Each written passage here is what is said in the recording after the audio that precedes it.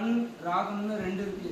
அதாவது பண்ணுங்கிறது இந்த பாட்டோட அடிப்படை, ராகம்ங்கிறது நம்ம இந்த ராகமா பாடுறாங்க அப்படின்னு இப்போ மேம் கூட சொன்னாங்கல்ல, அது பாடுறதுக்காக இது பண்றது. பண் கேந்திரி காந்தா, அந்த 4 பேர்ல ஃபர்ஸ்ட் இருக்காங்கல்ல பின்னாடி பாருங்களேன், அவங்க பாடின பாட்டு ஃபர்ஸ்ட் திருஞான சம்பந்தர்னு இருக்காங்க. யார் பாடின பாட்டு இது? பாடலாமா? நான் சொல்றேன், திரும்பி நீங்க சொல்லுங்க. வேயுரு தோழி பங்கன் விடமுண்ட கண்டன் மிக நல்ல வீணை தடவி மாசரு திங்கள் கங்கை முடிமேல் அணிந்து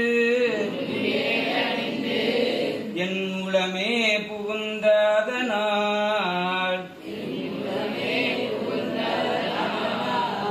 ஞாயிறு திங்கள் செவ்வாய் புதன் வியாழம் வெள்ளி சனி பாம்பிரண்டும் உடனே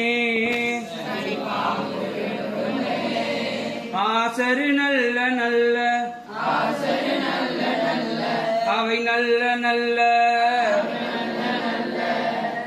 அடியார் அவர்க்கு மிகவே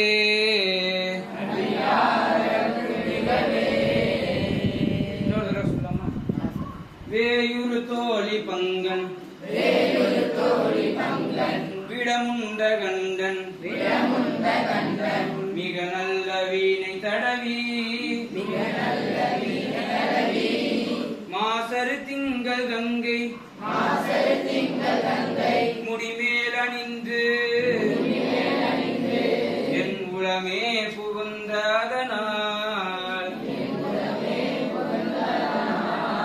ஞாயிறு திங்கள் செவ்வாய் புதன் வியாழம் வெள்ளி சனி பாம்பிரண்டும் உடனே ஆசரு நல்ல நல்ல அவை நல்ல நல்ல அடியாதவர்க்கு மிகவே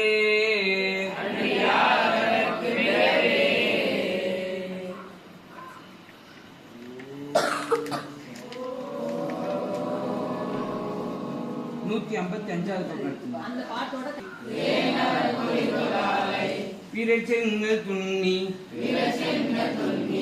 வளர்த்தெம்பொனெங்கும் நிகழ நான் முகநாதியாய பிரமாபுரத்து மறைஞான ஞான முனிவன்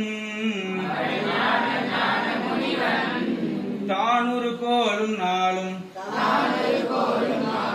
அடியாரை வந்து நலியாத வண்ண முறை செய் ஆன சொல் மாலை ஓதும்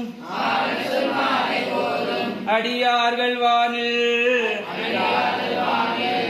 அரசாழ்வரானை நமதே.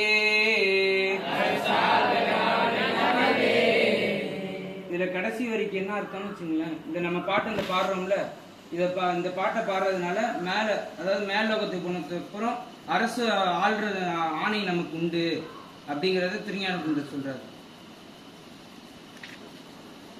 இப்ப நீங்க வந்து அந்த பாடல் அங்க பாடினாங்கல்ல, அந்த பஞ்சபுராண பாடலும் இந்த தோடுடைய தோழர் பதிகம் முதல் பாடலும், தோடுடைய சேவைங்கிறது ஞானசம்பந்தர் பாடிய முதல் பாடல். இது வந்து எப்ப பாடுறாங்க அப்படின்னா, சமணர்கள் வந்து ஆட்சி செஞ்சிட்டு இருக்காங்க. சமணர்கள் ஆட்சி செய்யும் போது அது ஒரு பெரிய கதை. சமண மதத்தை சேர்ந்தவங்கள எல்லாரும் சமணத்தை தான் ஃபாலோ பண்ணணுங்கிறாங்க. அந்த அரசரோட மனைவி என்ன செய்யறாங்க, இல்ல இல்ல நம்ம தமிழ் முறைப்படி இறைவனை வணங்கணும் அப்படின்னு ஞானசம்பந்தருக்கு அழைப்பு கொடுக்குறாங்க. ஞானசம்பந்தர் கிளம்புறாரு, நான் போய் அரச ராணி என்ன வர சொல்லியிருக்காங்க, நான் போயிட்டு வரேன்னு. அப்ப அப்பர் பெருமான் சொல்றாரு, நாளும் பொழுதும் சரியில்லையப்பா, நீ இப்ப போறங்கிறியே, நீ மாட்டிப்ப, உன்னை கொன்னுடுவாங்க, சமணர்கள்லாம் ஏதாவது சதி பண்ணிடுவாங்க, நீ போக வேண்டாம் அப்படின்னு சொல்லி அப்பர் பெருமான் சொல்றாரு. அப்ப ஞானசம்பந்தர் சொல்றாரு, அந்த ஈசனே நம்மளோட இருக்காங்க, அந்த ஈசனோட அருள் இருக்கு, அப்போ இந்த கிரகங்கள்லாம் நம்மள என்ன பண்ண முடியும், எதுவும் பண்ண முடியாது அப்படின்னு சொல்லிதான் இந்த கோளறு பதிகத்தை பாட்டு பாடிட்டு அவர் கிளம்பி போறாரு. இப்ப இதுல இருந்து அவர் போய் சமண மதத்துல அவங்களெல்லாம் ஜெயிச்சு அவர் எல்லாம் பண்ண கதையை நம்ம அப்புறம் டைம் இருக்கும்போது சொல்றேன்.